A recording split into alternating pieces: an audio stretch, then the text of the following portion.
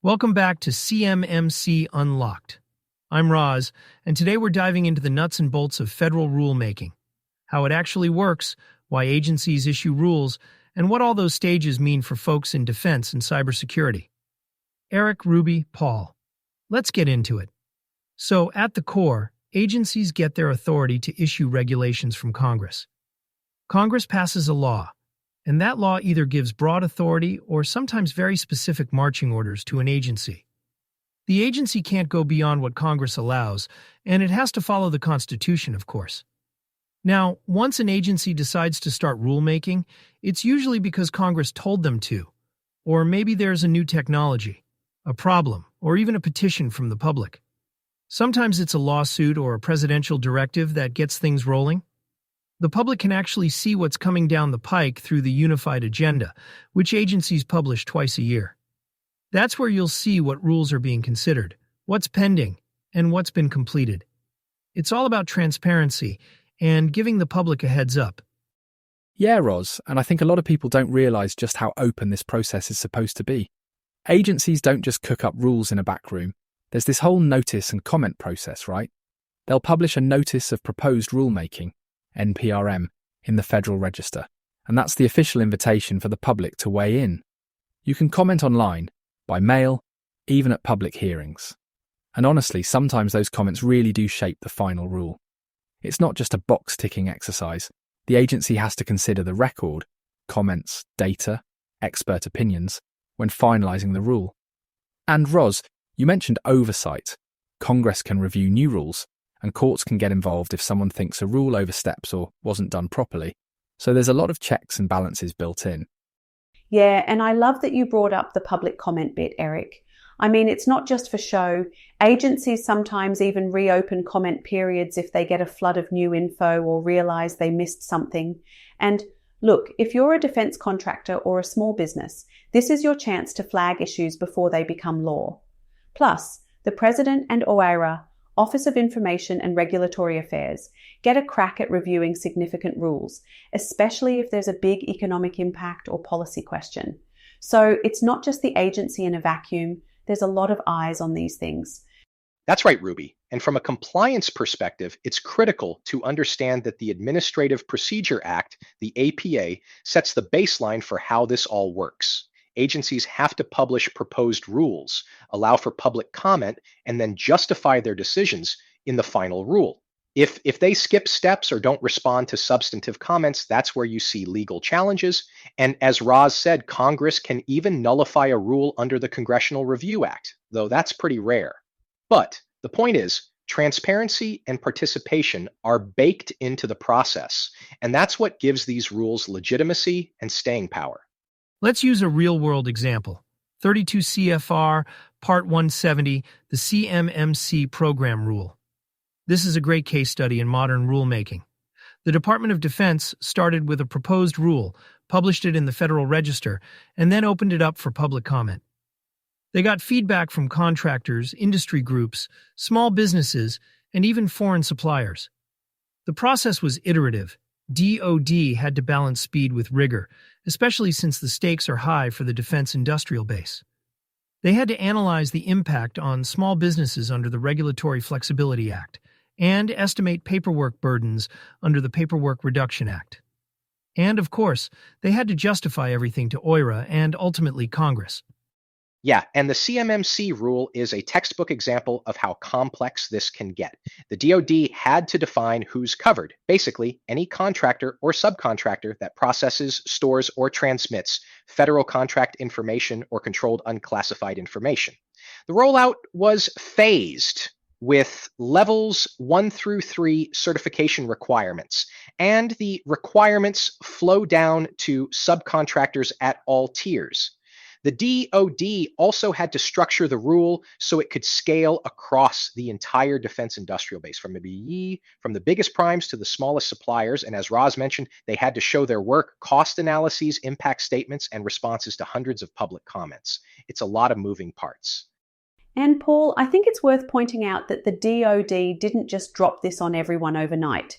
They used a phased approach, 4 phases actually, so organizations had time to adapt. In the first year, Only a subset of contracts had CMMC requirements.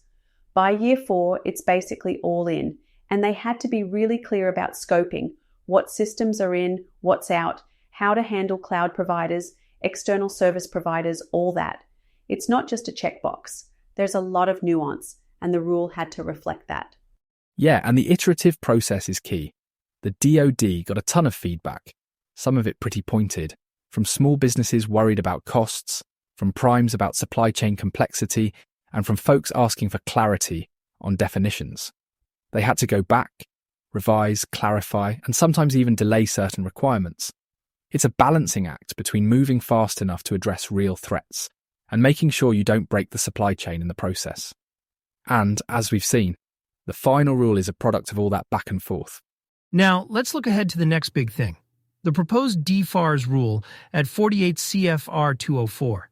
This is the Defense Federal Acquisition Regulation Supplement, and it's how the CMMC requirements get baked into actual contracts. The new rule is designed to align with what's in 32 CFR 170, but it adds contract provisions, phased implementation, and specific requirements for both contractors and subcontractors. There's a lot of attention on how this will impact small businesses, and the DoD is trying to learn from the rollout of 32 CFR 170. What worked, what didn't, and where the pain points were. Absolutely, Roz. I've worked with contractors who had to navigate both the interim DFARS rule and the proposed changes. It's not always straightforward. For example, you might have a contract that's still under the old interim rule, but you're bidding on new work that requires compliance with the proposed CMMC requirements. That means you're juggling different timelines, different assessment types, and sometimes different definitions of what counts as CUI or FCI. It can get messy, especially for organizations with complex supply chains. The new DFARS rule tries to clarify some of that, but there are still open questions, like how to validate subcontractor compliance or how to handle joint ventures. And Paul, you mentioned small business impact. The DoD is really trying to mitigate the burden. There's a phased rollout, exemptions for COTS items, and a lot of guidance on what's in scope. But honestly, it's still a heavy lift for a lot of small entities. The rulemaking process included a regulatory flexibility analysis, and they're asking for public comments on the cost estimates and paperwork burden. So, if you're a small business, now's the time to speak up. Yeah, and just to add, the public comment process is still open for the proposed DFARS rule. If you've got concerns, or if you've run into issues with overlapping requirements, this is your chance to get your voice heard. The DoD is looking for feedback on everything from timing to cost allowability to how to handle CMMC in joint ventures. It's a living process, and the final rule will reflect what they hear from the field. So, what can organizations do to get ahead of these changes? First, develop a comprehensive timeline for the upcoming 48 CFR 204 implementation. Look at the key milestones from the 32 CFR 170 process. When the proposed rule dropped, how long the comment period lasted, when the final rule was published, and when the requirements actually kicked in. Map those out for your own planning. Right, Roz. And don't just focus on the deadlines. Identify and establish channels for ongoing stakeholder engagement. That means tracking scheduled public comment periods, joining industry forums, and staying plugged into updates from the DoD and the CMMC PMO. The organizations that do this well are the ones that don't get blindsided by last-minute changes. They're also the ones who have a seat at the table when the rules are being shaped. And honestly, don't wait for the final rule to start preparing. Get your internal compliance teams together, do a gap analysis against the proposed requirements, and start developing targeted training programs. The sooner you start, the less painful it'll be when the new obligations hit. And look, if you're not sure where to start, there are a ton of resources out there. Industry groups, webinars, even the DoD's own guidance docs. Yeah, and I'd add, don't underestimate the value of documentation. As we talked about in our last episode, meticulous documentation and logs are crucial. Not just for audits, but for your own sanity when things change. If you've got your processes mapped out and your evidence in order, adapting to new requirements is a lot less daunting. Once the rules are finalized, it's all about implementation. One best practice is to establish a cross-functional task force, bring together folks from IT, legal, procurement, and compliance. Their job is to monitor rulemaking developments and assess how they impact your current cybersecurity practices. This isn't just a one-and-done exercise. It's ongoing. Exactly. And once you've identified gaps, develop a detailed action plan. That means allocating resources, setting internal deadlines, and assigning responsibilities. Don't forget to include a communication strategy. Make sure everyone who needs to know about rule changes, upcoming deadlines, and best practices is kept in the loop.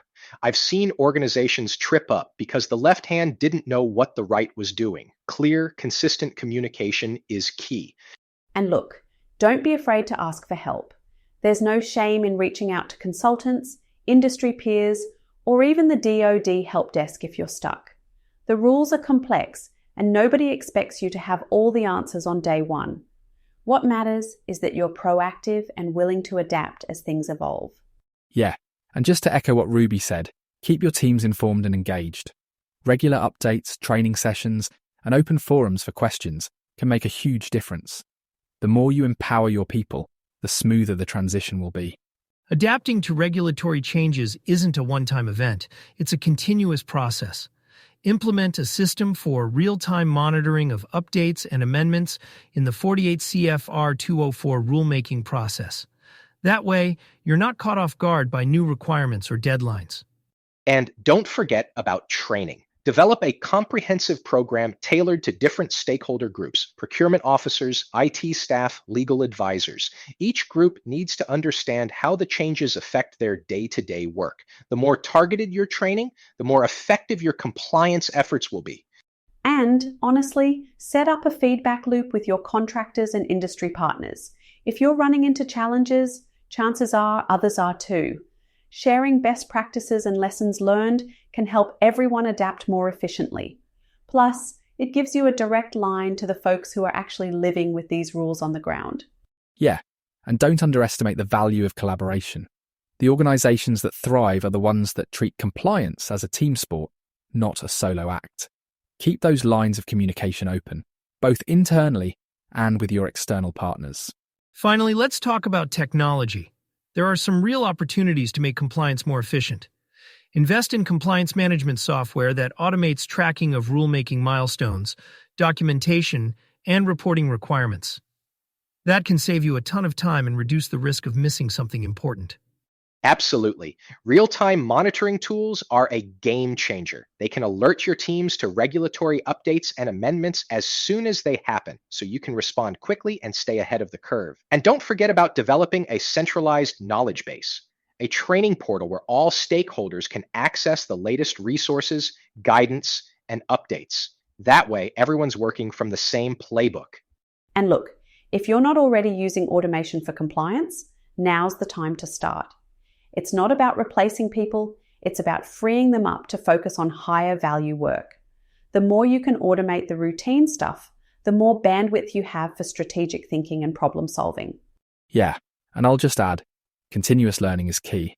The regulatory landscape is always shifting, so make sure your teams have access to ongoing training and up-to-date resources.